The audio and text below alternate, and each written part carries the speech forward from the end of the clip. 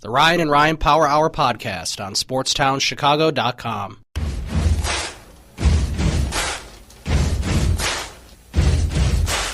Buddy, you're a boy, make a big noise, playing in the street, gonna be a big man someday. You got mud on your face, you big disgrace, kicking your can all over the place, singing, we will rock you.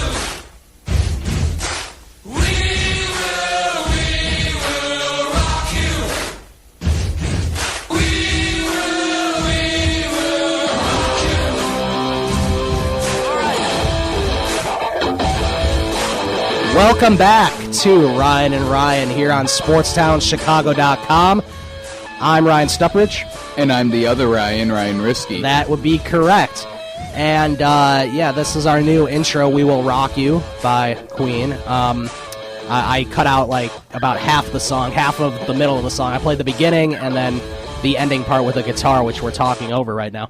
And, that'll be our new little intro to go in to the show that we'll play at the top of each hour. And, yes, this is Ryan and Ryan Power Hour here on SportsTownChicago.com. The NCAA tournament, Kansas is pulling away. Michigan State's in a tight one. That game, if you want to watch, which we aren't, but if you want to. Why would you watch it when we're on the radio? Right, exactly. Well, I guess you could mute the TV and listen to us at the same time. That game's on True TV. And on TBS right now, Northern Iowa and Wyoming are playing. And on CBS, that's where Kansas is creaming New Mexico State, which I wouldn't expect anything less. Kansas is a pretty darn good team this year. I have them going to the Elite Eight, and I think I have them losing to... Maybe they lose to Wisconsin. I don't remember. I'm going to pull out my bracket, but before I do that, we have some NFL news, just sort of some news and notes in the NFL. And I know the Bears, of course, made some signings, but it still looks like it's going to be a 500 or below 500 season for the Bears. I'm okay with below 500. Get another high draft pick because this is just a bad team. Right. It's not going to take one offseason like Phil Emery thought it would to rebuild one of the worst defenses in NFL history. No, I agree with you there. I think. It's 7 wins is probable. That would be 2 more than last year. That would be a Bear like the Bears to go 7-9 or 8-8. And yeah, if you look at the rest of the division, Detroit got worse. They lost Nick Fairley and Ndamukong Suh. All they did really was trade for Haloti Ngata. Right. That's really all they did. Green Bay, I don't even think they signed a single free agent. They did re-sign Brian Bulaga and Randall Cobb. Right, and the Bears made somewhat of some news yesterday. They signed Dante Rosario. Remember last year when they re-signed him, cut him, and then re-signed him again? Right, he kept going back and forth. I felt kind of bad for him. He didn't know what was going on. That's Phil Emery for you.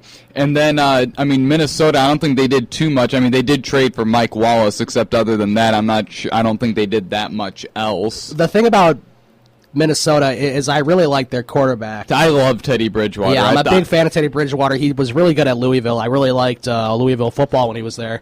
And so now it's they're going to be a force to be reckoned with. They might be better than Detroit, depending on how Stafford does. I personally, when at the NFL draft, I thought Teddy Bridgewater was the number 1 quarterback in that draft class. If I needed a quarterback, I would have taken Teddy Bridgewater, and somehow Johnny Manziel went before him, and he's looking like... everyone knew he wasn't going to be good, and now the Browns are looking for a quarterback. The Browns did add the ex-Kansas City wide receiver, Dwayne Bowe, so that's something. I don't know how much that helps them, but I don't know how much it helps them either. If he's their number 1 guy, it's going to be a problem because Dwayne Bowe was never really like a top-notch number 1. He was a really good number 2.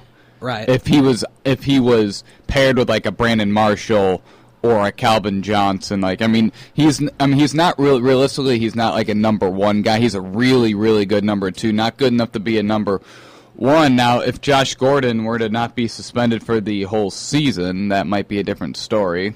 Right. I mean, what's wrong with that man? Like, I don't know. he tried to say, oh, it was. It's like he doesn't care. He just feels like he's on top of the world. He said the fumes got him high. Yeah, okay. Secondhand smoke. Yeah. Or whatever. Okay. He said that's why he failed his test, and then after the season he failed another one. I don't think secondhand smoke gets into your body. Like no, that. And it wouldn't make you high. You wouldn't get high off of the fumes. No, I don't think so. Also, some more news. The Bills landed tight end Clay as the Dolphins. Charles Clay. Yeah, he got a big contract. I mean, I know why Miami did not sign that offer sheet because that was too much money for him. Yeah, let me check what the. It was like a 5 years, $38.5 million, I think. Yeah, I think you're pretty much spot on with that. So, very good with it. Yeah, it's 5 years. Yeah. There you go. Yeah, I mean, Miami knew he's not that good to be getting that kind of contract. I mean, I think that might be around what Martellus Bennett got from the Bears. Right. Now, does that sound... Do you think Charles Clay is as good as Martellus Bennett? No. No, I don't think so. Not I mean, Martellus has the size, he has the hands. I mean, and he can block. I mean, he's one of the best all-around tight ends in the game. No question about that. Now, tell me what you think for fantasy football next year. The tight end pool is never, like, very deep. Right. How much does it get hurt by Jimmy Graham having Russell Wilson throw to him, or being on the Seahawks who don't really throw the ball much? Yeah, that's a good point. His value will probably go down a little bit, which is kind of crazy to think because Jimmy Graham, because I mean, above and away is like one of the best red zone guys in the league, and so they got Marshawn Lynch for the red zone. I mean, he doesn't have like a Drew Brees. He doesn't have like a throw first quarterback. He's got Russell Wilson, where half of the time when on a passing play, he ends up running it now. Right, and I mean that really hurts the tight end position. Yeah, well, I mean, it makes the Seahawks more scary as far as like it does, their own personal things, but as far as fantasy, that hurts. I mean, the tight end position is never that great. Right. Yeah. So I mean, he's certainly going to get picked in a lot of leagues. He'll be picked early. Yeah, I just don't know how early. I mean, he's not going to be first round. I don't think. At least I wouldn't. I don't even think last year. I wouldn't take a tight end in the first round. No, that's kind of a dumb move anyway. You should either take running back or wide receiver. Usually I go wide receiver. Yeah. That's usually I usually load up on like 3 or 4 wide receivers before I go running back, because usually in my fantasy leagues I end up finding good running backs off the market. Like last year I found like Justin Forsett and C.J. Anderson. Yeah, there you go. Also, the Jacksonville Jaguars made some news. This was late last night. The Jacksonville Jaguars claimed running back Bernard Pierce off of waivers from the Ravens, who was cut after his DUI arrest. So I'm sure he's another interesting guy being moved around. I wonder how he feels about that, because I mean, he's going to get an opportunity to start or win the starting job. Where in Baltimore he was Justin Forsett's backup. However, he's on a really bad team. Although they could win more games this year since Blake Bortles isn't. Not a rookie anymore. He's more seasoned, and he's got some targets on offense now that they signed Julius Thomas. Sure, yeah. See, his value will go down, too. That's another tight end whose value could go down just because of where he's going to now. No one knows how Blake Bortles is going to be.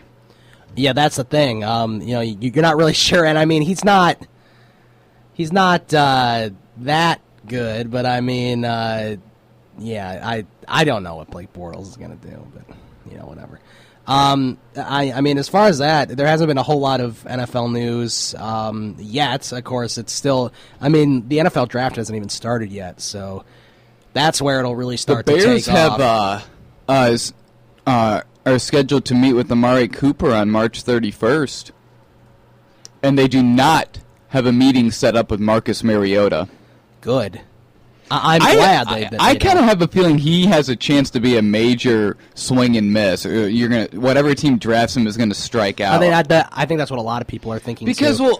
one thing that I look at, in college, he was playing against teams that had like Mel Tucker like defenses where they played like 10 yards off the line of scrimmage, so he already had open receivers.